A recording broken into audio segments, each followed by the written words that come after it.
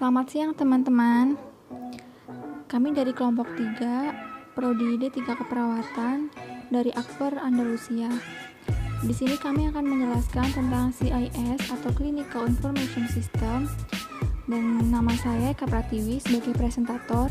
Dan di sini ada teman-teman saya, Cahya Sasi Ramadan, Luciana Ragil, Happy Rita, dan Nevita Dwi.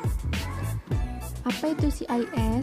Clinical Information System merupakan modul yang terdiri dari modul-modul yang mengcover seluruh proses klinis yang terjadi, yang terdiri dari outpatient clinical management atau terdiri dari order management, electronic medical record atau EMR, prescription, dan medical alerts, serta inpatient clinical management. Disebutkan pula bahwa lingkup dari sistem informasi klinis meliputi proses penyimpanan dan pengambilan informasi di dalam membantu kegiatan pelayanan langsung kepada pasien. Sistem informasi klinis juga dinilai sebagai sebuah infrastruktur baru yang penting dalam mempengaruhi keterjangkauan dan keamanan dalam pelayanan kesehatan. Tantangan dalam mendesain CIS ini adalah dalam hal menyediakan kontrol untuk menjamin keamanan serta privasi dari informasi kesehatan pribadi pasien tertentu oleh suatu organisasi kesehatan. Adapun tujuan dari adanya sistem informasi klinis ini adalah untuk memperoleh hasil yang akurat, mempercepat pelayanan, dan menghemat. Keunggulannya, manajemen lebih efisien, penggunaan sumber biaya lebih efektif, meningkatkan program perencanaan, dan meningkatkan pendayagunaan perawat. Di sini saya akan memberikan sebuah contoh, 5 contoh dan alat pendeteksi untuk mengetahui penyakit tersebut. Yang pertama ada anemia dalam kehamilan. Di sini saya akan menjelaskan terlebih dahulu.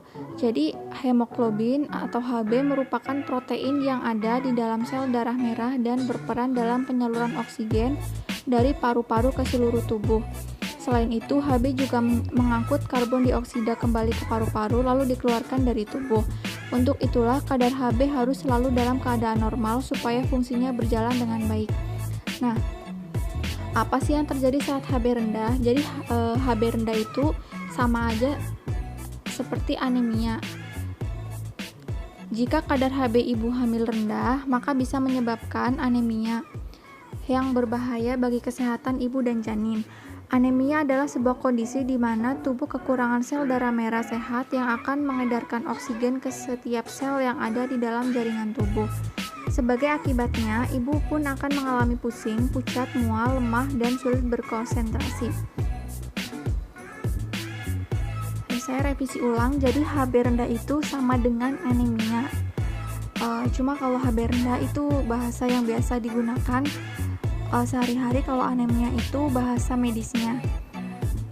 Tak hanya itu saja, kualitas hidup ibu pun akan terpengaruh. Saat ibu terserang anemia, maka ibu akan mengalami mata berkunang-kunang, lemas, jantung berdebar, pusing, dan sering mengantuk. Pada kondisi terburuk, ibu bahkan bisa tak sadarkan diri.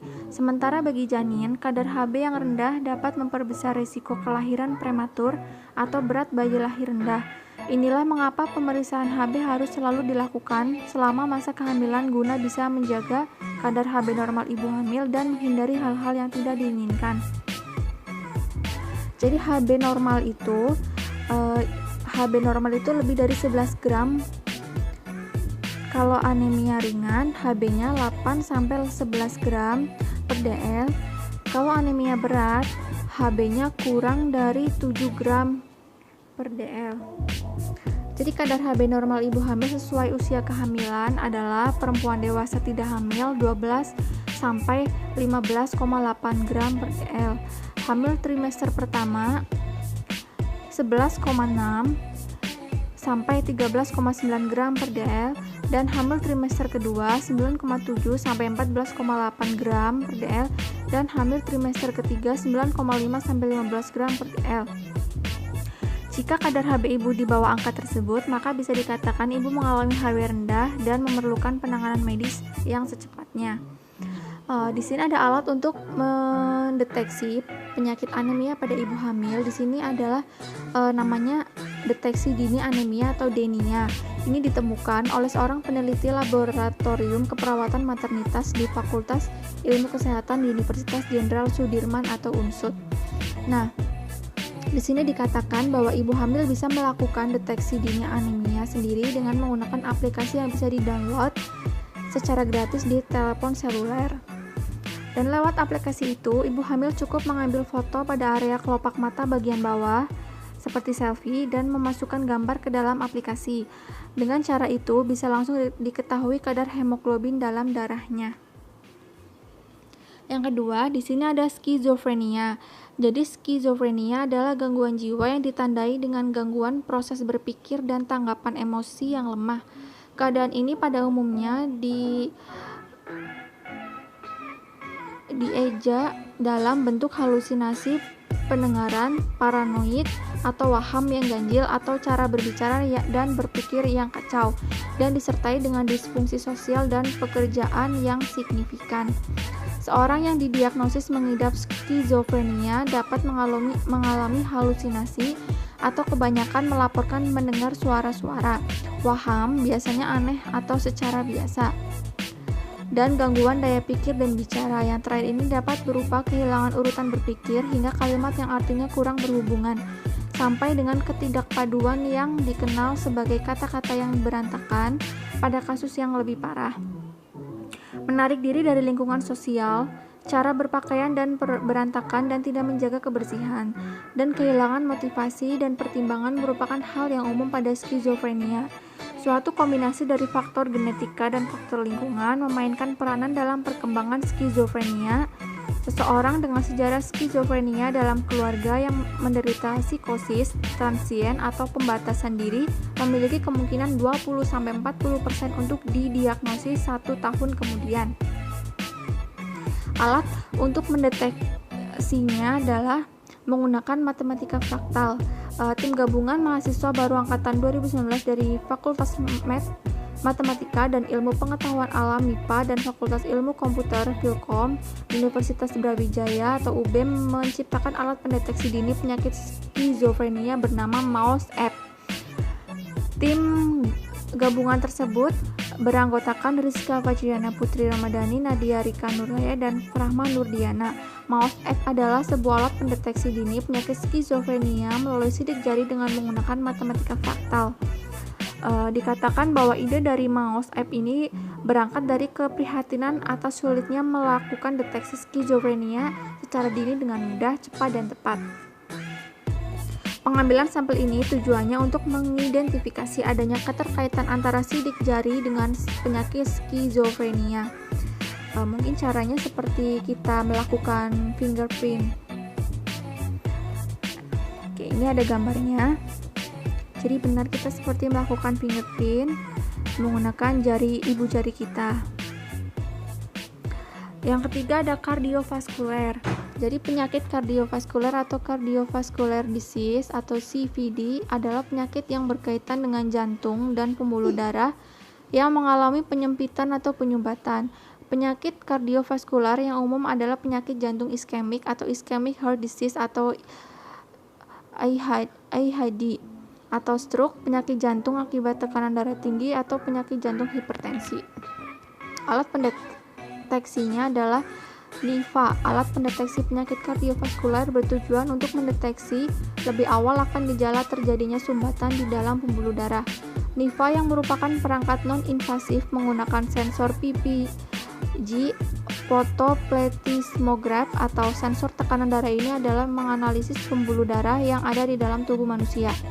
Alat ini dirancang untuk mengukur fungsi vaskuler dengan 6 parameter dan tingkat risiko vaskuler untuk 5 parameter secara sekaligus. Dengan alat ini, jika hasil dari parameternya kurang baik, pihaknya bisa segera melakukan pengobatan ke dokter sebelum terjadi hal yang lebih buruk lagi. Ini ada gambarnya. Jadi yang menemukan adalah ITB, Institut Teknologi Bandung. Yang keempat ada kanker serviks. Jadi kanker serviks adalah pertumbuhan sel tak terkendali atau kanker yang terjadi pada leher rahim. Leher rahim atau serviks merupakan bagian dari saluran reproduksi wanita yang menghubungkan vagina dengan rahim atau uterus. Alat pendeteksinya merupakan jenis kanker ganas nomor 2 terbanyak yang menyerang kaum wanita. Maka dari itu, penting bagi Anda untuk melakukan pap smear sebagai langkah deteksi dini kanker serviks. Pap smear merupakan sebuah pemeriksaan mengenai keadaan sel-sel pada serviks atau leher rahim dan vagina. Pemeriksaan ini dianjurkan untuk dilakukan secara berkala bagi wanita yang sudah pernah berhubungan seksual, selain untuk menilai kesehatan organ kewanitaan pada tingkat seluler, juga sebagai upaya untuk mendeteksi kanker serviks sejak dini. Untuk pengambilan sampel dalam pemeriksaan pap smear, dokter menggunakan alat bernama spekulum yang dimasukkan melalui mulut vagina. Alat ini digunakan untuk memperluas lapang pandang dengan membuka mulut vagina sehingga area serviks dan vagina bisa terlihat lebih jelas.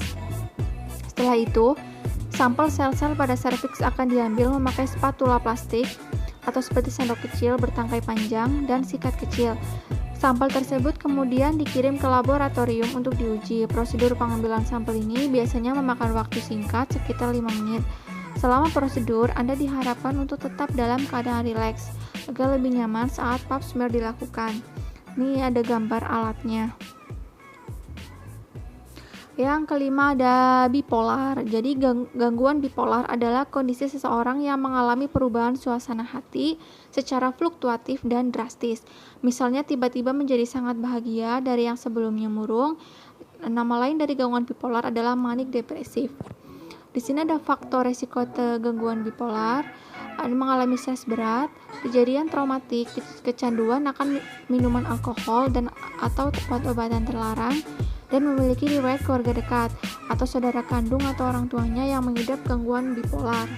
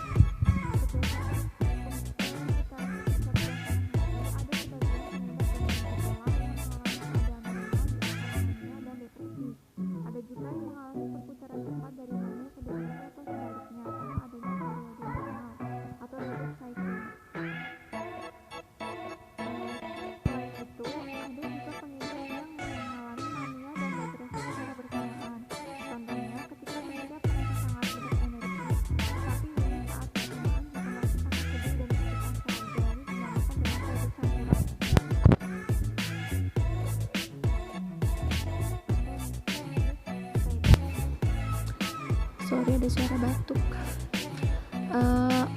Selanjutnya ada alat pendeteksinya. Sebuah aplikasi telah dikembangkan oleh para peneliti dari University of Illinois di Chicago. Tim yang dipimpin oleh Dr. Alex Lowe, profesor psikiatri dan bioteknologi di Wych College of Medicine, dan Peter Nelson, profesor ilmu komputer dan dekan dari UIC College of Engineering, telah mengembangkan software yang dinamakan Be Awake guna mendeteksi mood dan memprediksi adanya gangguan bipolar. Cara kerjanya yaitu dengan cara memonitor metadata pada dinamika keyboard handphone saat mengetik teks.